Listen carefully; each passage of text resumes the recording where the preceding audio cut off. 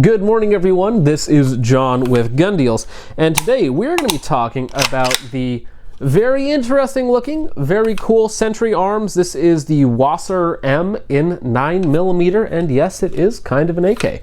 But before we get into that, if you don't know, Gun Deals is a website that compiles some of the best deals in the industry. They don't buy or sell anything or take your money. They merely point you in the direction of some of the best deals in the industry. So I personally use them for quite a long time, and I have not bought from them, of course, because they don't buy or sell anything, but I have found some of the best deals ever on their website. So if you want to go ahead and help us out, go ahead and check them out on top of like, share, and subscribe, and comment literally anything down below, and that will help us out in the YouTube algorithm. On top of that, I also want to give a big thank you to Primary Arms. Now, Primary Arms sent out the gun for review, so we did not have to pay for it. However, we're also not keeping the firearm. This is going back to them after the review.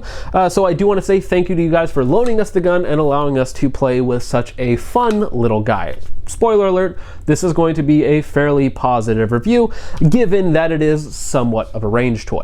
So with all of that out of the way, now let's go ahead and talk about this guy. So as you can tell, it looks very much like an AK. However, in terms of performance, this is basically just a blowback operated pistol caliber carbine. And yes, it does take Glock mags. So with that, let's go ahead and get into some of the basics. It is a fairly chunky guy because of course there is a lot of steel here. Polymer furniture, we have black polymer furniture up front and in the rear here for the stock, as well as a very comfortable grip. Actually, I'm a big fan of the grip. We do have our front sight block, which is pinned in place, which is nice. Also comes with a cleaning rod. We have a 16.5-inch cold hammer forged barrel, which for 9mm is basically going to last you forever. You're basically never going to, especially now, you're basically never going to be able to find enough 9mm to actually burn out of one of these barrels. Now up front, they have the very classic looking slant brake for an AK, which is pinned in place. So you basically push down the detent and then you can roll it off. I'm not sure the exact thread pitch, though I will annotate it right here for you guys. Now I did not run it with any other muzzle device because I really like the classic looks, and I do think that it looks quite good, and you don't really need an aggressive brake on a 16.5-inch 9mm, especially considering the weight of this guy is about 7 pounds. So it's not a lightweight gun, even though there is a lot of polymer here. There is a lot of steel on here, so it is a heavy little guy, even though it is just 9mm. Now this is as it ships from the factory, of course, without the rail mount. So let me go ahead and take that off, so the optic just slides right off. So this is as it comes from the factory. We do have a sling point up front and in the rear here. If you're trying to run like a more classic style sling, there isn't any like QD cups or anything like that, though there are ways to attach that sort of thing on here. On top of that, I'm not super familiar with AKs in general, so I'm not sure what furniture will and will not fit on here, of course, because it is slightly different than your standard AK. Now the sights from the factory were dead on. The sight on the front was not really pushed one way or the other. I know that can be a problem, and on some AKs you have to drift the sights just a little bit. However, from the factory they were dead on, and I was able to take them with just the iron sights out to 150 yards with 9mm, no problem.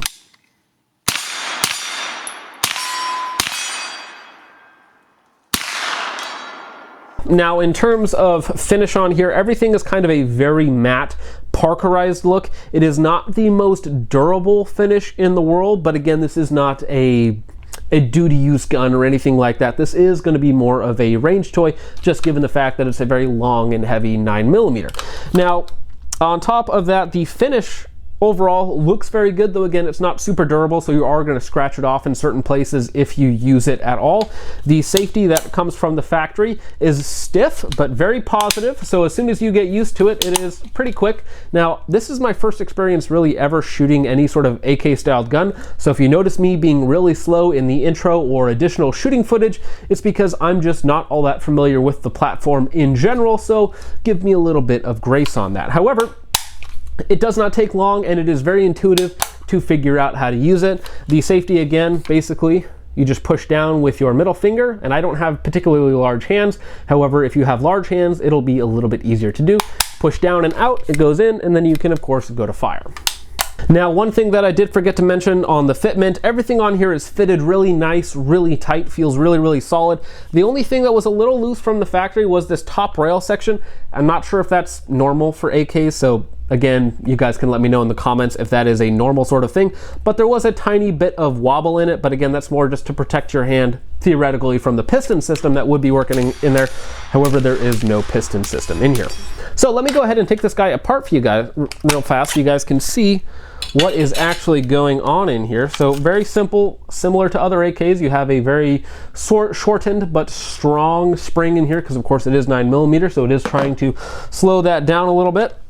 And you should be able to pull your bolt. Actually, got to pull off this little plastic retaining piece, and then you're able to pull your bolt straight out to the rear, and there it is. Now this is where a lot of that weight comes from because of course it is just a standard blowback 9mm, so this is not a real piston system in here. This is just a lot of steel to give it that weight to slow it down from opening up so you don't have a blowout from your case where the pressure erupts through the side of the case and theoretically into your face or into the faces of your camera person, so that could be a problem. Now internally it looks to me that we have very standard AK-ish stuff. It looks like you have your standard trigger pack, which is quite good. We'll get into that in a minute. You have your shark fin style ejector, which because of the enhanced bolt velocity of blowback 9mm means that those 9mm cases go straight to the moon and they don't come back. So I actually was never able to recover that brass because it basically just flew off into the brush somewhere, and Washington underbrush is not something to mess around with.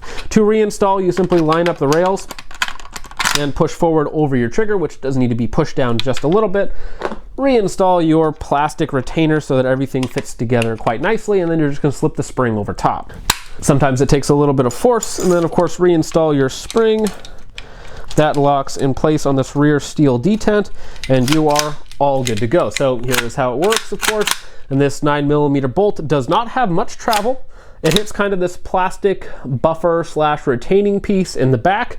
I wish they would have had some sort of rubberized buffer in the back. I think that that would make it a little bit of a softer recoil impulse because it is 9mm blowback, so it is not a lot of recoil. I hear it said a lot that 9mm blowback has more recoil than 5.56. That is simply not true. What happens is you have that recoil over a much shorter time frame, so it is much snappier. However, the overall recoil is much less than 5.56. Of course, if I haven't already mentioned, a scope rail here on the side, a standard AK scope rail, and it is at the proper height. What that means is if I install this scope rail without the optic on it, of course, this is the Primary Arms SLX MD20, good little red dot. If I install that on there without the red dot, it still co-witnesses with your front and rear sights, so you can still use your iron sights even if you have a naked rail on top. Now, the benefit of that, of course, would be if your optic goes down for whatever reason and you have a quick detach lever on it, you can always just rip it off. You don't need to take off the whole rail. You can just rip off the optic, and then you can still co-witness through the rail with your front and rear sights. Now, me personally, this is my first experience with AK style sights, and to be honest, I'm not a huge fan right off the bat. So a lot of the shooting was done with this red dot, though again, the AK sights were well regulated from the factory. I was able to hit anything that I pointed them at as long as I was doing my part. However, the red dot just allowed me to be a little faster and kind of do whatever I wanted with the gun and treat it mostly like an AR. Now, as you guys can probably tell with the Strike Industries T1 riser that we have on here, the height over bore is quite dramatic, and the way that the stock droops down in the back, you basically just have a chin weld to be able to see through your optic. I personally don't mind that, as with ARs I like taller optics, just that way there I can keep my neck in a more upward, more natural position when shooting, and I don't have to duck my head down quite so bit. However, when you have a stock that curves down like this and it's already about an inch lower than like a standard AR stock would be, that makes this height over bore quite excessive. However, it's still quite usable. The only reason I did not have a low mount on here is that the low mount that came with this is actually on another red dot on another gun. So now let's go ahead and talk about the trigger, because the trigger I think is actually quite good, especially for more of like a mil-spec style trigger. So you basically have this very spongy, heavy take-up. It basically feels like a two-stage trigger where the take-up is about 5 pounds. So you have this very spongy, heavy take-up, and then it hits a very hard There you go, you can hear that clicking.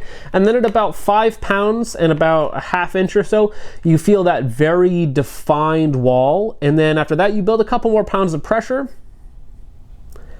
There's the tiniest bit of creep, and then it just breaks. So it really does feel basically like a 2-stage trigger, though I believe it is just a standard trigger, nothing enhanced or improved about it.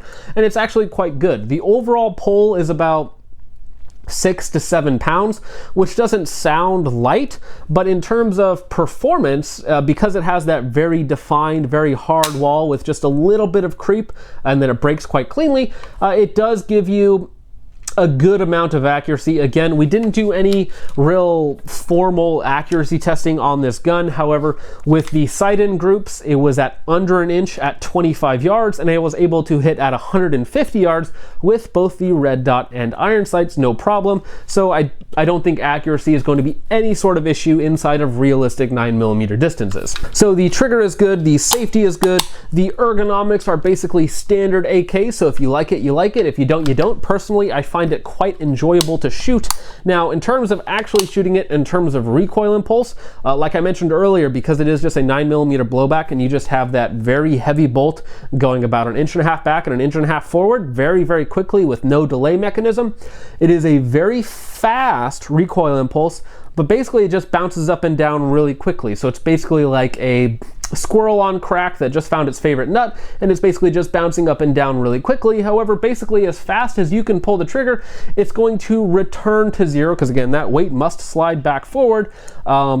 At 25 yards or so, you can basically just hold it down on a steel-sized target and you're going to be just fine. Now, one of the minor downsides to this gun is because they basically have to retrofit it to take Glock mags, so this lower plasticky bit is to cover up the actual AK receiver. I'm not sure if it's a standard AK receiver or if it's modified even more than that in terms of the metal, but you basically have this plastic insert here that acts as your mag well.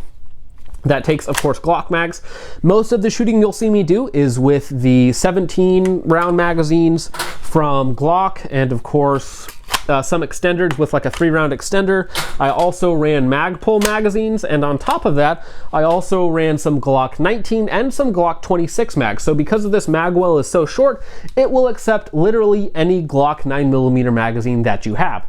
I also ran it with some 33-round magazines. This is going to be a slight downside. The KCI USA magazine that it came with absolutely would not feed past 2 or 3 rounds if you had it fully loaded up. So that was a pretty big downside, that the magazine that it ships with doesn't really work all that well with this gun. I also had some other problems with stick magazines. However, all of my Glock magazines, my Glock 17 magazines, 15 and 26 magazines, all fed flawlessly. So it might be a little bit more magazine finicky, but again, as long as you're using a standard capacity magazine with like a 17 or a +3, so this is a 20-round magazine or something like that, or you find a good stick mag that it really likes, it's going to run just fine. But it is, well, as most guns are, it's going to be magazine dependent. Now, like an AK, this does not have any sort of last round bolt hold open or bolt release or anything like that. So if you have a magazine inserted, it's just going to slide right over top. It does have a magazine release on the side here. It is very, very minute. I'm not sure if that is due to import laws, because of course this is made in Romania and then imported by Century Arms out of Georgia or Vermont or wherever they're out of. But this is made in Romania, so this might be something to do with import laws, having that really tiny pistol-ish magazine release. No paddle or anything else like that. That is the one ergonomic downside of this gun, because it is kind of retrofitted to fit 9mm.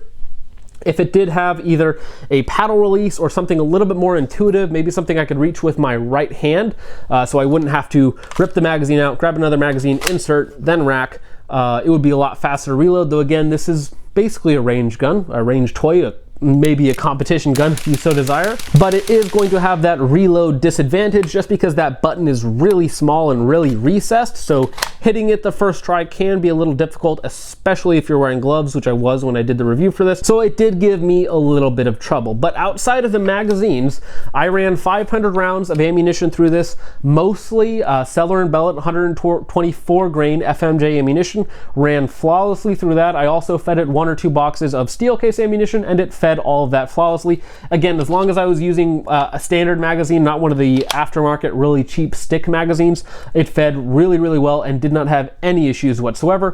One downside, a straight blowback gun is that that gunk only has one way to go, and so it does kind of coat everything within the gun, though again, because it is such a violent action, it's going to cut through just about anything. So even though I shot 500 rounds through it without cleaning both steel and brass case ammunition, as long as I was using the right magazine, I had no issues with it whatsoever. Now, the price on these AKs is also quite good. You can find these guys for the low $600 range. And of course, if you go onto Gun Deal's website and search WASR-M, M9, 9mm AK, anything like that, you'll probably find the best deal in the industry on this guy. So, for me personally, I would spend my own money on this if I had 600 bucks floating around and didn't know what to do with it, because it's a very, very fun gun to shoot. I mean, there's not really, yeah, the reloads are a little slower, but that kind of adds to the enjoyment and just means that you get to shoot it a little bit longer. It takes Glock mags, and I have lots and lots and lots of Glock mags, so I can shoot it basically all day if I wanted to. 9mm ammunition is cheaper than 5.56, not quite as cheap as 7.62 by 39 right now. So in terms of cost, it's not the most cost-effective gun, but it is one of the most fun effective gun.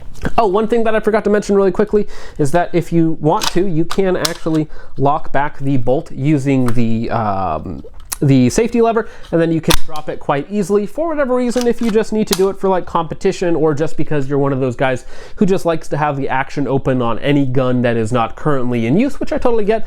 You can absolutely do that with this gun, so you don't need to like prop it open with like a chamber flag or anything like that. So that is about it for the video, guys. Once again, big thank you to Primary Arms for sending this out for us to review. Again, I really enjoy it. It is a very, very fun gun, and in terms of reliability and all of that, it has also been quite good. Not necessarily the most serious gun in the world, but it's not designed to be. So if you like it for what it is and not for what it's not, then it's going to work out quite well for you. So once again, that's about it. Go ahead and check the description out where you can copy and paste the UPC into your search bar and click on the Gun Deals link, and you will find this gun for the best price. So once again, that's about it for the video, guys. Thank you so much for watching. I hope you all enjoyed and learned something interesting. Go ahead and let us know what you think of this gun down below. And that's about it. I'll see you guys in the next one. Peace off.